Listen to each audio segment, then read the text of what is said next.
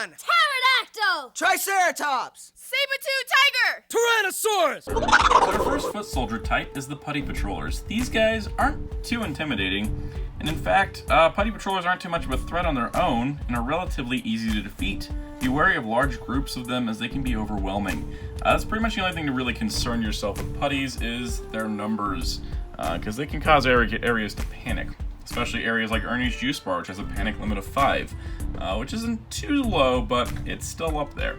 Now, of course, the Putty Patrollers come with cards. Now, I did not want to unsleeve all my villain cards. These are just in clear sleeves. They don't come with clear sleeves. I put them in this to protect the cards. You don't have to. Basically, some of these cards for the deployment deck is 1, 2, 2, 2, 3, and 1, 2, 2, 2, 3. These are shuffled together with the other foot soldier type, and they will dictate where enemies go, both foot soldiers and monsters and bosses. So you got all that. Those are basically there just to kind of work the deployment deck. Here's the putty miniature. You get 12 of them in the main box. Very nice detail work. Very, very nice detail work indeed. I really do like the way these guys look, and I do like how they're kind of, you know, the stands are a little smaller, so you know these aren't as threatening as some other monsters. So you got that going on. The 2 locations for these guys would be Ernie's Juice Bar, looking very juice bar-y, the panic limit of 5, and then the Angel Grove Park, looking very parky. Angel Grove is 6. Panic limit is 6. You flip them over with the red borders around, you get effects. Sometimes effects help rangers, sometimes they're hurtful. So for example, Ernie's Juice Bar. When a ranger in this location performs a recover action, they may recover cards with a total up to 9 shields instead of 6. Thanks, Ernie. That's actually really helpful. Angel Grove Park. At the end of each round, move 1 foot soldier from this location to the next location clockwise that is not panicked. Thanks, Angel Grove Park.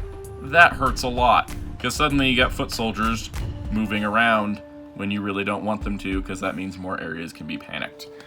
So you got those going on. It's pretty cool that there is that option to have effects in the locations. I think that's really awesome, and it's something I need to experiment with more. I haven't done too much.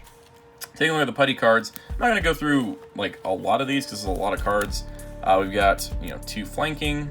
This is a passive. Passive effects on monsters means they're always in place except when the card is defeated. When the cards are defeated, they're turned face down, and you get this lovely picture of Putty Patrollers attacking 2 random civilians that totally have nothing to do with the Power Rangers. Interesting, there's a police officer on this card. But so flanking is, when this card's in play, each time an enemy card deals damage, increase it by 1. That's pretty hurtful, but it's only 2 health. You can knock that out pretty quick. Leaping attack, there are 3 of these. Deal 3 damage, pretty straightforward, but again, knock it out pretty good. Swarm attack, which is 2 of these. Deal 1 damage and increase it for each foot soldier in the location. That can be pretty hurtful. That can get really bad. And then cannon fodder, which is a guard, deal 2 damage. Guard means that if this is here and this is here, the guard has to be defeated first. I'm trying to do this right. So the guard has to be defeated before either of these can be defeated. That's essentially the thing with that. And guards don't overlap, so take that as you will. That's basically the putties. Nothing too major to deal with, but some cool stuff to fight. Here we have the Super Putty Patrollers. Their locations are the Industrial District and Angel Grove High School. The Putty Patrollers, Super Putties, I put them on a medium scale, and that's because Super Putty Patrollers are slightly more powerful than Putties. They aren't too strong individually, but in a group, they can actually regrow and double their forces, which can make them quite intimidating and a little bit overwhelming. So here we go. Putty Patrollers, as you can see, they are duplicating themselves just like they would in the series. Really nice, gives it a different look from the normal putties. That way you know which ones you're attacking. Really cool stuff. The boards, we've got... Oh, that just took out that. High school took out the putties, guys. Industrial District, panic limit 6. Angel Grove High, panic limit 5. That's definitely Angel Grove High. It's definitely an Industrial District. On the back, Angel Grove High. Each ranger in this location has their maximum hand size reduced by 2. Excess cards are immediately discarded. That sounds like high school. Always making sure you're not prepared.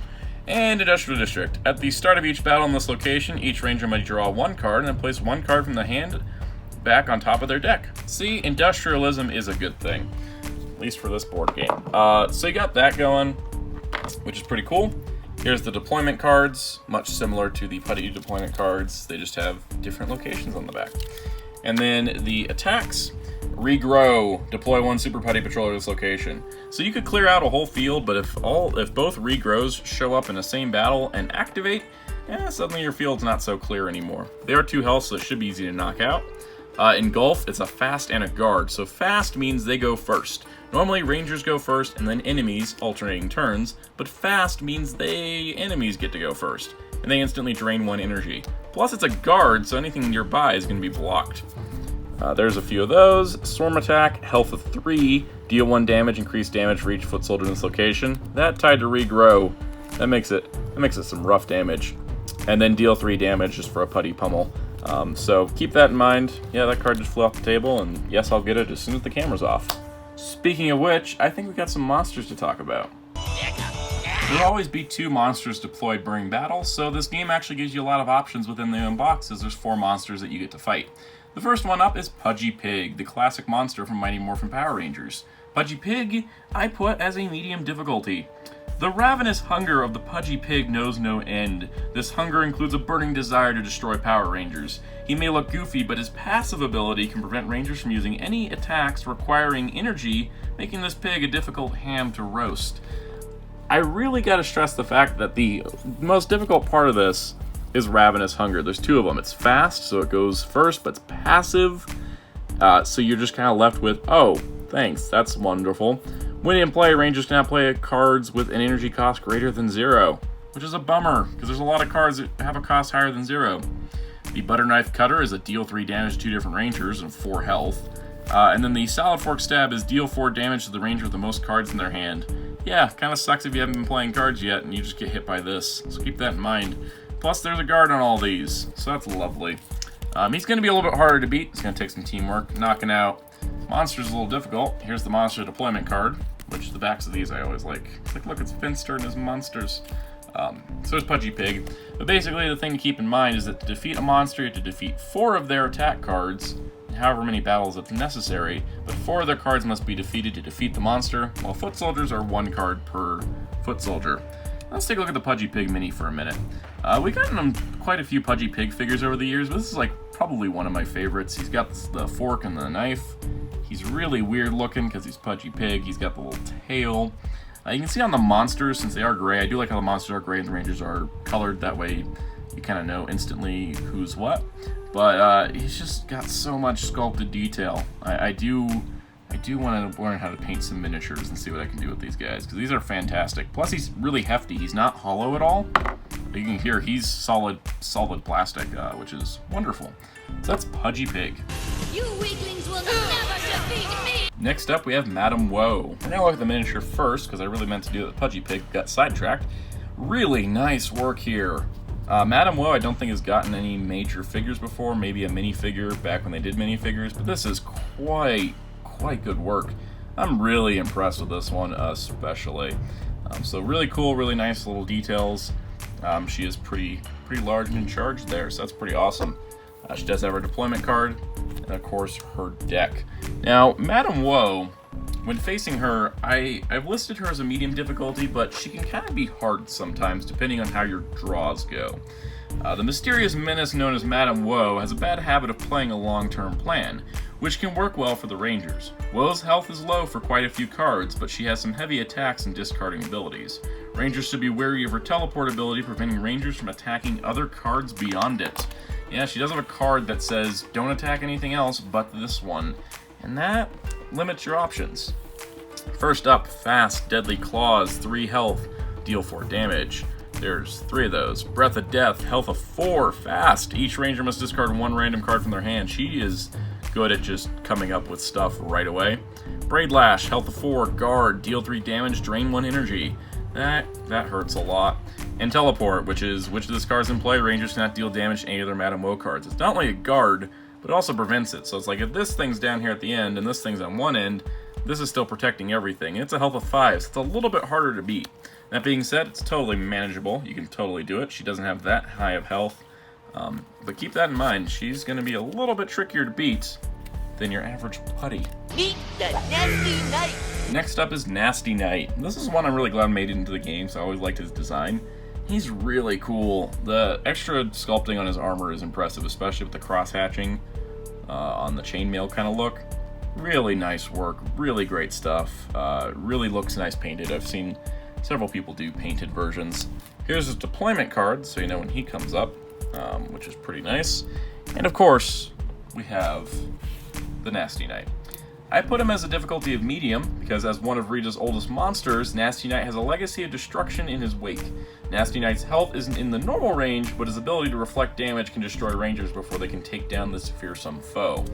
And yes, that is exactly what he does. He has this Lion Shield, which is a 4 health guard passive. After a ranger deals damage to this card, that ranger suffers the same amount of damage. So if you throw 4 to defeat this, and he comes back with 4, yeah, you're pretty much losing it. And there is, let's see, 1, 2, these cards should have been in order, 3 of those, as I'm doing this right now. There's 3 of those, which is pretty scary. Otherwise, Smash Slash, deal 3 damage to a single ranger twice. That hurts, but can be managed. Deal 4 damage, not too bad there. And Blade Beam, fast. Deal 4 damage lead ranger and 2 damage to each other ranger. Keep this one out of the shuffle if you can. It's all randomized, but Nasty Knight's deck can get quite nasty. That's all. That was the joke. Yeah, let me help you get ahead. When talking about the gameplay variety with the base game, Bones is a good one to bring up, especially since he can actually vary a lot depending on which cards come up. I've listed him as easy to hard. Yeah. The fearsome warrior known as Bones is one of the more random opponents that Rangers can face. If luck is on their side, Rangers may be able to take out Bones with ease. If not, Bones' regeneration card will send the Rangers packing or leave the city vulnerable to panic. Yeah, there's quite a lot here to talk about. First up, deployment card. Second up, miniature. Really nice work, really great looking Bones. He's had figures before, but I like this one quite a bit because he got that skeletal vibe going. It's all detailed. I don't know why that accent came out. So taking a look at Bones further in this cards, Skeleton Sword is a fast guard, deal 4 damage lead ranger, but it's only a health of 3. It's not too bad. There's 3 of those. Eye Lasers, fast, deal 3 damage to 2 different rangers. Ouch. Health of 5, Gravedigger Slash, fast, drain 1 energy. Each ranger must discard the bottom card of their deck. Oh, and there's 2 of those. And then health of 7, Regeneration. Flip all defeated Bones cards in this battle face up. They are no longer defeated. If this is the first card that comes up, that actually is not going to be too bad. But if it's the 4th Bones card, then everything you've worked for before is now gone. So that's what makes Bones really hard. But if you get those 4 here, like that, that's not going to be too bad. You'll be fine. So that's why I list Bones as easy to hard, because he really ranges depending on which cards come up. Here we have the boss of them all, Rita Repulsa. Looking at her miniature, very nice stuff, very good stuff with the dress, really great intricate little details. She's got all the details you want to paint in if you can. Really, really impressive. Everything's there. It's awesome. Taking a look also at her deployment card, you got Rita Repulsa, looking nice. She's got the boss backing, which is Rita and her monsters there, which is pretty cool. And of course, Rita is a difficulty of hard. The self-proclaimed Empress of Evil, Rita Repulsa, is a powerful warrior. Her deck is comprised entirely of fast and guard cards, aside from one passive ability that curses the ranger's energy use. Rita is sure to leave the rangers with many headaches. Really, I wouldn't expect Rita to be easy to beat, considering it's the only way to win the game is to beat Rita. So taking a look at her deck, her lowest health cost is 4, or her lowest health amount is 4. Guard, each ranger must discard from their hand the card with the most shields. And that hurts because a lot of the higher dice attacks are higher shields. There's 2 of those. Chain Lightning, 2 of these. Deal 4 damage to each ranger. Also fast, so that goes first. Passive. When this card is in play, the energy cost of all combat cards is increased by 1. Oh, that hurts, especially if you're trying to pull off a Blade Blaster. Actually, it doesn't affect Blade Blaster because it's not a cost, but if you're dealing with something like a 3 energy cost, now it's become a 4 energy cost. 2 Wicked Hexes, health of 6, fast, deal 6 damage to the ranger with the fewest cards in their deck. That pretty much kills a ranger. Not gonna lie, haven't seen that not kill a ranger. Fast, Shadow Binding, health of 7, deal 3 damage to the ranger with the most cards in their hand. That ranger must discard their entire hand. So they deal 3 damage to them and they lose their whole hand. It's kind of evil, but it is doable. And if that is successful, then you win Power Rangers Heroes of the Grid. So that's everything included with the base game of Power Rangers Heroes of the Grid. There is a lot to this game, and I know the rules can be daunting. I hope that at least breaking down by character can be helpful to those of you out there that may be confused on things, or those of you trying to learn the game. If you do want to see me do a how to play video, let me know in the comments below, because I know there's a lot of how to plays out there, but not so much how to use each character or how to fight each enemy. This is an improbable situation I've created right here because I put everything on the board. You will never face this many enemies at once because this would result in instant losing. Plus, you only deploy 2 monsters per battle, not 4, but you know what I mean. Sometimes you get to have fun with these things. So overall, I do really recommend this game for those of you that like cooperative games, and especially those of you who are Power Rangers fans. I've gotten a lot of non-Power Rangers fans to really enjoy it, so that's why I'm sharing it with all of you. So stay tuned for our next episode where we'll be taking a look at the Phase 1 Kickstarter exclusive box. So I hope you enjoyed that video. If you want to see my notes published somewhere, check them out at hero-club.com. I'll be linking it in the description below so you can see what I've written about each character. And also be sure to hit the like button if you enjoyed the video, hit subscribe so you keep up to date with future Power Rangers videos as well as more Heroes of the Grid. There's definitely more coming. And leave a comment down below and let me know what you want to see more in this game. Also be sure to check out Ryan Darkclaw643 on Twitter at Darkclaw643. I appreciate all the thumbnails and graphics he's made for the video. Till next time, this is Soundout saying goodbye.